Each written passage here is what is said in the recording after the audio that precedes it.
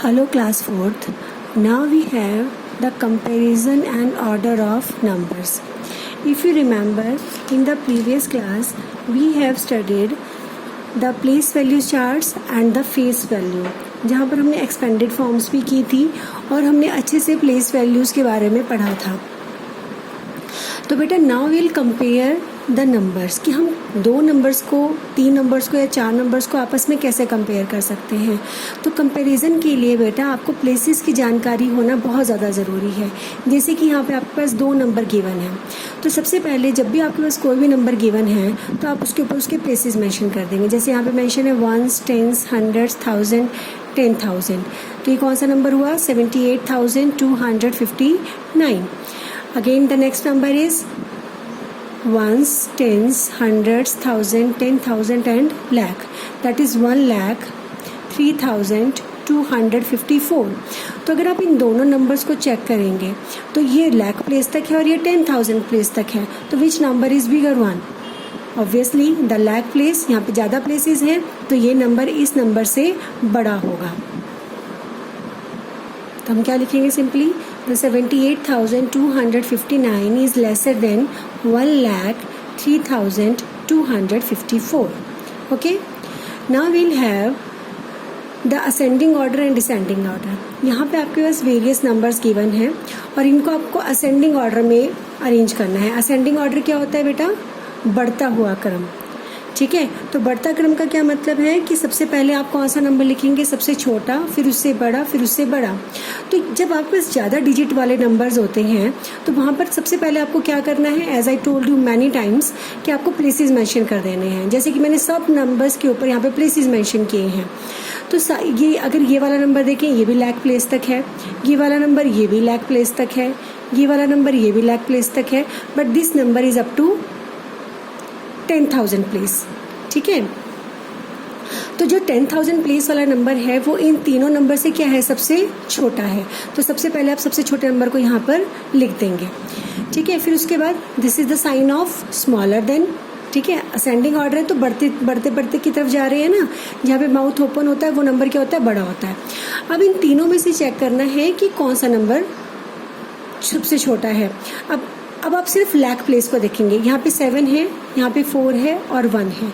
7, 4 और 1 में से सबसे छोटा कौन सा है? 1. तो 1,03,249 इन दोनों से छोटा है. तो अब इसके बाद कौन सा नंबर आएगा? This one. ठीक है, अब इन दोनों में से चेक करें कौन सा छोटा है. 7 और 4 में से कौन सा छोटा होगा? Obviously the 4 number. So that the 4,23,859 इस नंबर के बाद आ जाएगा. And this is the biggest one, like this. Okay, in the same way we'll do the descending order. Again we have the 4 numbers are here. मैंने दोबारा से इनके ऊपर सबके ऊपर प्लेसेस पुट किए हुए हैं. और आप यहाँ पे एक चीज़ देख रहे हैं कि सभी नंबर्स आपके lakh प्लेस तक हैं. तो इनमें से आप बड़ा छोटा फाइंड करने के लिए lakh प्लेस को देखेंगे. तो 6, 4, 9, 3. तो which one is the biggest one? Obviously the 9. तो जब डिसेंडिंग ऑर्डर की बात कर रहे हैं तो हम बड़े से छोटे की तरफ आते हैं. दैट मीन्स कि घटता क्रम. तो सबसे पहले कौन सा नंबर आएगा? That is 9,60,285 as I written here. अब 9 के बाद कौन सा नंबर आता है? That is 6,72,854. Then 4, that is 4,28,543. Like now the next one is 3,07,965 in the same way. और ये वाला साइन किस चीज का है? that is a sign of, this is the bigger one and this is the smallest one. Clear? Now we have the successor and predecessor.